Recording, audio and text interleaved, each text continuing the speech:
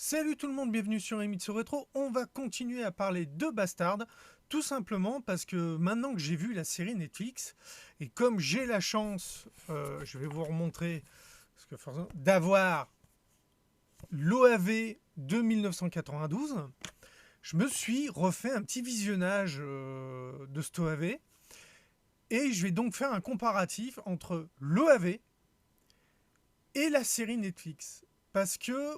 Et j'ai relu les 10 premiers tomes du manga. Voilà, j'ai fait tout ça en même temps. Parce que vous avez mis beaucoup de commentaires sur la précédente vidéo. Il y en a un qui m'a un peu. Bon, liberté d'expression, donc vu que c'était correct, j'ai laissé. J'ai pas fait de modération. Mais quand on dit que l'adaptation Netflix est mauvaise, alors qu'elle est bien meilleure que les OAV de l'époque, et maintenant je peux le dire parce que je viens de les comparer, et on va le faire ensemble, je vais vous dire pourquoi c'est meilleur. C'est parti. Alors, première chose, les OAV, 6 épisodes, 180 minutes, date 1992-1993. C'est important les dates parce que ça vous donne le code graphique, c'est quelque chose que je vous expliquerai après. Et en termes de l'histoire, ça va à peu près jusqu'au tome 6. Netflix, 13 épisodes, 324 minutes, et ça va jusqu'au début du tome 5. Alors, en termes d'histoire, ils ont un tome de différence. Comment ça s'explique? Eh bien, tout simplement parce que dans les OAV, il n'y a pas toute la partie avec, avec les deux lieutenants d'Archerest, il n'y a pas, Shin, il n'y a pas Khan. Ça, ils ont zappé. Il va directement contre Diamond. Pareil, le premier ennemi qui combat, c'est pas celui contre qui il fait Venom. C'est directement contre l'ennemi avec l'hydre. Et il le bute avec un sort. Il n'utilise pas le golem. Donc, automatiquement, quand tu commences à taper dans le gras du scénario, il y a des grosses différences. Donc, rien que déjà ça justifierait que la version Netflix est meilleure. Le simple fait que la version Netflix a respecté l'histoire originale en ayant, on va dire, tous les combats intermédiaires qui sont importants, parce que eux, ils se sont dit, ah, mais c'est des personnages secondaires qu'après on ne reverra pas. Si, on les voit quand même pendant un bon moment. C'était, puis ça met bien en place le caractère de Dark Schneider, sa relation avec les femmes. Ensuite, autre chose, le respect graphique. Pourquoi je parle du respect graphique? Dans les OAV, grosso modo, ils ont pris le dernier tome, les vêtements qu'avaient les personnages, et du début jusqu'à la fin, ils ont plus ou moins les vêtements du dernier tome. Alors que dans la série Netflix, on a bien chaque vêtement qui est différent. Je vais vous montrer un exemple, par exemple avec Yoko. Les vêtements qu'elle a au début de la version OAV et les vêtements qu'elle a au début de la série Netflix, je vous mets les images sur les côtés, c'est dans la série Netflix, c'est les vêtements qu'elle porte dans le manga. Donc on peut faire tout un tas de personnages. Si vous prenez la princesse, voilà, je vous remets des images. La princesse, je la trouve quand même beaucoup mieux faite dans la version de Netflix. Bien que dans les OAV, elle est mignonne, mais on sent l'impact des codes graphiques des années 90. Fin 80, début 90, il y a certains codes. Ashresney, pareil, elle est beaucoup mieux designée dans la version Netflix. Yoko, pareil, bien que j'ai quand même l'impression que la version Netflix a rajouté un ou deux petits bonnets à Yoko, mais bon, on va dire que c'est un choix artistique. Prenons Ifrit, voilà, pareil, je vous remets des images. Il est quand même bien plus designé dans la version Netflix que dans l'OAV et correspond plus à ce qu'on a dans la version manga, bien que y a des choses à redire dans les deux. Donc tout ça pour arriver au final, si vous avez un problème avec le graphisme de la version Netflix, c'est tout simplement que vous avez un problème avec les codes des animes de la décennie 2020, tout simplement. Ou que vous êtes nostalgique des codes graphiques des séries des années 90.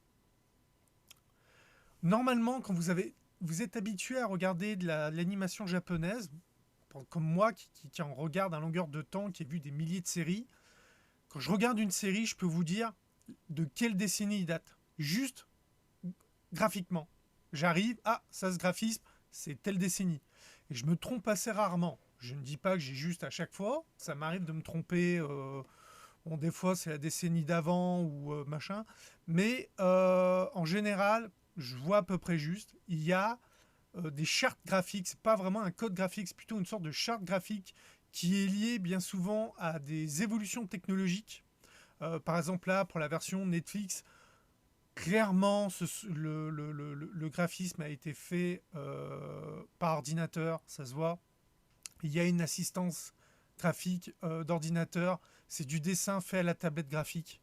Alors que dans les années 90, on sent le dessin fait à la main. Quand vous prenez les OAV, pour vous situer, vous prenez Slayers, pour rester dans un thème fantasy, vous avez la même charte graphique. Quand vous prenez pas la BO, mais les sons, tout ce qui est son, je ne me rappelle plus du terme exact, le bruit des explosions, de quand les personnages se concentrent, des choses comme ça, tout ce pack sonore, c'est le pack sonore que vous aviez dans les Samouraïs de l'Éternel. Donc c'est-à-dire, là quand j'ai regardé les OAV, j'ai bien pris ma dose de nostalgie des années 90. Il y avait le graphisme, il y avait le son, il y avait tout ce qui était des années 90. Forcément, quand vous regardez la série Netflix, bah il n'y a pas ça. Il n'y a pas il n'y a pas la PAC rétro. La PAC rétro, il n'y est pas. Le graphisme est propre et soigné. Il est fait en tablette.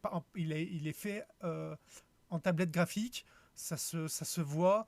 On est sur de la HD minimum.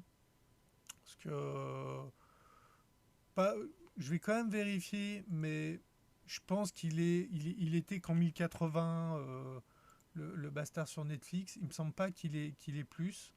Ouais, il est limité en 1080. Alors forcément, quand vous regardez les OAV qui sont faits, bon, je les ai en DVD, mais à la base, c'est fait pour de la VHS, diffusée sur un tube cathodique. Donc là, déjà, je dirais au mieux 360p. Au mieux. Pour la version DVD. Peut-être 480. Maximum. Si, parce que comme c'est la version DVD, ils ont dû le retoucher un peu. Mais à l'origine, moi, quand j'ouvre la fenêtre sans agrandir l'écran, il me faisait que 1/6 de mon écran. Mon écran fait la taille pour du 1080. Donc, votre qualité d'image de l'OAV correspond à 1/6 de ce que vous avez sur Netflix pour quand vous êtes en 1080 en termes de qualité visuelle. Alors, ça fonctionne pas comme ça. Si vous prenez 1080 et que vous le divisez par 6, non. Mais moi, je peux vous dire que sur mon écran, quand je l'ai mis en plein écran, j'ai vu pas de l'aliasing, mais presque. C'est-à-dire que les traits qui pixelisaient un peu, qui étaient pas bien droits, pas bien dessinés, bien raides, mais qui avaient, comme quand vous faites sur Paint. Donc, t'es là, tu dis, oula, attends, l'image, elle est bien dégueulasse, machin. Non, non, c'est les années 90. À l'époque, t'étais heureux de voir ça. Aujourd'hui, c'est dégueulasse. Non. Alors maintenant, il y avait dans la critique la qualité de l'animation. Le choix des... Je vais re-regarder parce que vous dire exactement... Je fais pas ça pour critiquer ce post. mais ça m'avait quand même énormément surpris. Alors, ta, ta, ta, euh, où il est? Voilà. Donc déjà, la personne a arrêté au 6e épisode sur 13. Donc c'est-à-dire qu'il a tenu... ça me serait impossible de terminer ce reboot tellement c'est mauvais. Ben, je vois les mêmes plans que dans le manga. Graphiquement, c'est propre. C'est même plus propre que dans le manga. Donc ça, effectivement, ça peut poser problème. C'est un problème de personnel. Voilà. De toute façon, quand vous adaptez de la 2D en 3D, quand vous adaptez du papier en animation, vous avez toujours un écart graphique. Euh, donc là-dessus, vous prenez l'attaque des titans, je trouve l'animé mieux designé que le manga. Hein. C'est mon avis perso. Donc là, c'est un peu pareil. Je trouve que le Bastard Netflix, c'est mieux graphiquement que le manga. Mais bon, le manga il a plus de 30 ans. Hein. Donc après, les dessins sont moches. Non, non, ils sont mieux, mais c'est juste que, voilà, c'est peut-être tout simplement que t'aimes pas les graphismes les graphismes faits en, en tablette graphique, en machin. Les visages, particulièrement les visages des persos féminins.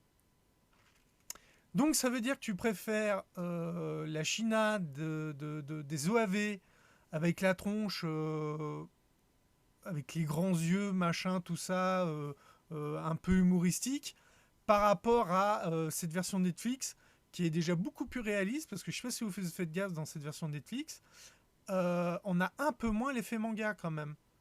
On pourrait presque croire, ça nous fait presque croire qu'on voit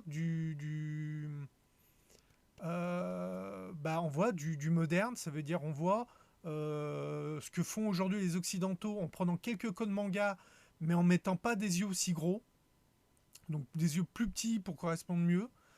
Donc peut-être ça qui te dérange, mais il va falloir t'y habituer parce que c'est la norme, c'est la norme maintenant. Euh, de la caricature manga Eco Plus, sans finesse. Non, c'est bastard. En plus, la version Netflix respecte vraiment chaque plan de l'histoire du manga. Donc je sais pas, il faut que tu relises le manga avant de reprendre le visionnage. Je sais pas quoi dire d'autre. L'animation est elle aussi bâclée. Alors, il y a une chose qu'il faut comprendre, et c'est là-dessus que je voulais venir. Je crois que beaucoup de gens se trompent sur la définition de quand on parle de qualité d'animation dans un animé. Euh, la qualité d'animation dans un animé, c'est que par exemple, pendant les combats, le personnage, il reste entier, il se met pas à se déformer. Une animation de qualité dans un dessin animé, ce sont des personnages qui ne se déforment pas. C'est le premier point. C'est-à-dire, pour vous donner un exemple, quand vous prenez Naruto Shippuden, le combat contre Pain, soi-disant sous l'effet de la vitesse du combat, que tu vois qu'il s'allonge, machin. Non, ça c'est moche, c'est à chier. Là, il y a un problème d'animation. Quand vous prenez les premiers épisodes de Dragon Ball Super, il y a des problèmes d'animation parce que graphiquement, faut pas oublier que l'animation, c'est une succession d'images. Et si vos images ont un problème de qualité graphique, ça vous foire l'animation.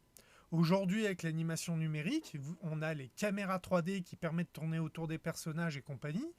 J'en avais parlé, par exemple, dans le dernier film My Hero Academia, le 3e film My Hero Academia, que la caméra tournait autour des personnages tout en ayant le plan qui tourne. Ça, c'est grâce à la caméra 3D numérique. Mais ça, c'est un choix de réalisateur. Ce n'est pas de l'animation. C'est de la mise en scène. Il ne faut pas confondre animation et mise en scène. Donc, le choix du cadrage, c'est la mise en scène. C'est pas l'animation. C'est l'animation, c'est même limite, si on devait comparer avec un film, c'est le déplacement des acteurs dans la scène. Est-ce qu'ils se déplacent de manière fluide ou c'est saccadé, c'est machin, que le mec, t'as l'impression qu'il a un balai dans le cul, machin. Ça, c'est l'animation. Donc, moi, j'ai pas vu de problème dans l'animation dans cette version de Netflix. C'est. Voilà. Ainsi que le choix des plans cadrage et narration. Oui, c'est les choix du manga. J'ai vérifié, hein. Je me suis retapé la série avec les mangas à la main. C'est les mêmes plans, c'est la même narration. Donc, t'aimes pas Bastard, c'est tout. C'est point barre. Tu connais pas le manga en fait. Tout pue la production sans âme, vite torché pour être vite diffusé. Des trucs faits à l'arrache, j'en ai vu. Bah, par exemple, les premiers épisodes de Dragon Ball Super qui étaient rendus au dernier moment à l'arrache. Non, là, c'est pas le cas. Cet anime discount ne rend vraiment pas hommage au manga d'origine. Si, si. Si, si. Pour moi, il rend hommage. C'est les mêmes plans, la même. Bon, après, il y a des commentaires sur Netflix, mais ça concerne pas Bastard, donc on s'en fout. Je n'ai pas touché à ce commentaire parce que il donne son point de vue. La personne donne son point de vue. Il explique son point de vue de manière correcte. Donc, je n'ai aucune raison de le modérer. Je le laisse. Mais je ne le comprends pas. Parce que pour moi, qui ai les mangas et les OAV sous la main, qui avant de faire cette vidéo et tout re-regarder, bah non, je suis désolé. Ta critique, elle est valable pour les OAV. C'est-à-dire, dans un sens, oui. Ces OAV, là, ces 6 OAV, bah ouais, ça correspond à ta critique. Qu'ils ont coupé plein de trucs dans la narration, qu'il y a des plans qui sont bizarres, que machin. Oui, oui, ça c'est les OAV, oui. Mais la version Netflix, je suis désolé, mais c'est pratiquement, pas tous, hein, pas exagéré, mais c'est pratiquement le manga copié-collé. Pratiquement. Parce que comme je disais, il y a des choses qu'ils ont un petit peu modifiées, bien sûr. Et après, il y a l'effet censure japonaise et censure Netflix pour baisser un peu l'âge. Mais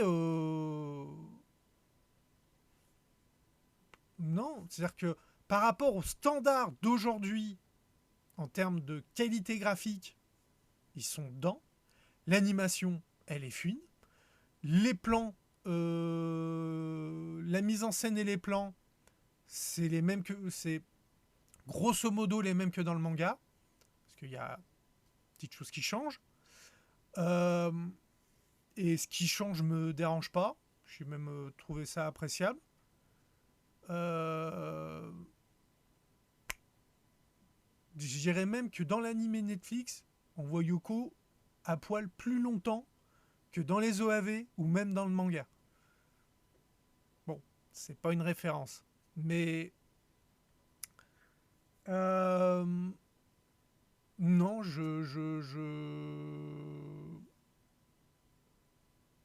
j'ai regardé un peu quand même de français. Effectivement, le doublage français est pas si vilain que ça.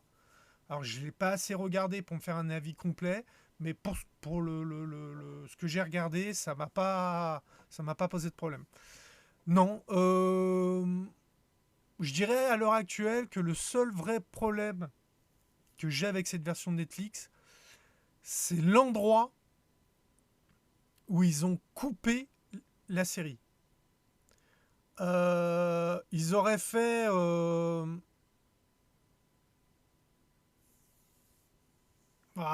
c'est difficile à dire. Parce que ils coupent sur un climax, donc c'est toujours chiant. Parce on sait pas quand est-ce qu'on va avoir. Je vais essayer de voir.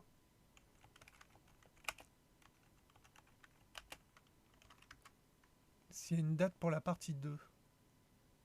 Donc c'est bien ça. Ça sera une saison 1 partie 2. Et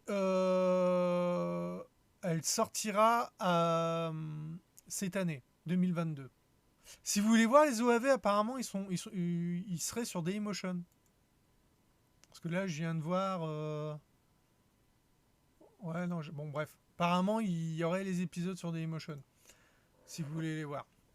Donc, voilà, j'ai fait une comparaison pour le graphisme, j'ai fait une comparaison pour l'histoire, j'ai fait une comparaison sur les plans, le respect de l'œuvre d'origine. Euh, Donc, par exemple, quelqu'un m'avait demandé si l'OAV valait le coup si on avait aimé la version Netflix. Bah, la réponse, non. Parce que en réalité, je croyais qu'ils étaient plus gore que la version Netflix, mais en fin de compte, non. C'est du même acabit. Ça va un petit peu plus loin, mais de toute façon, quand il y aura la partie 2, vous verrez le peu qu'il y a en plus. Et comme je dis, vous perdez toute la partie euh, avec les lieutenants. Non. C'est. Bon, allez. On va arrêter là cette vidéo. Si vous aimez cette vidéo, n'oubliez pas le pouce bleu, le petit commentaire sur Sapa. N'oubliez pas, abonnez-vous. Ces trois choses-là sont importantes pour exister sur YouTube. Et je vous dis à bientôt pour une prochaine vidéo. Et surtout, si vous avez aimé Bastard et que vous n'avez pas les mangas, ils sont toujours disponibles chez Glénat. Normalement. Allez, bye.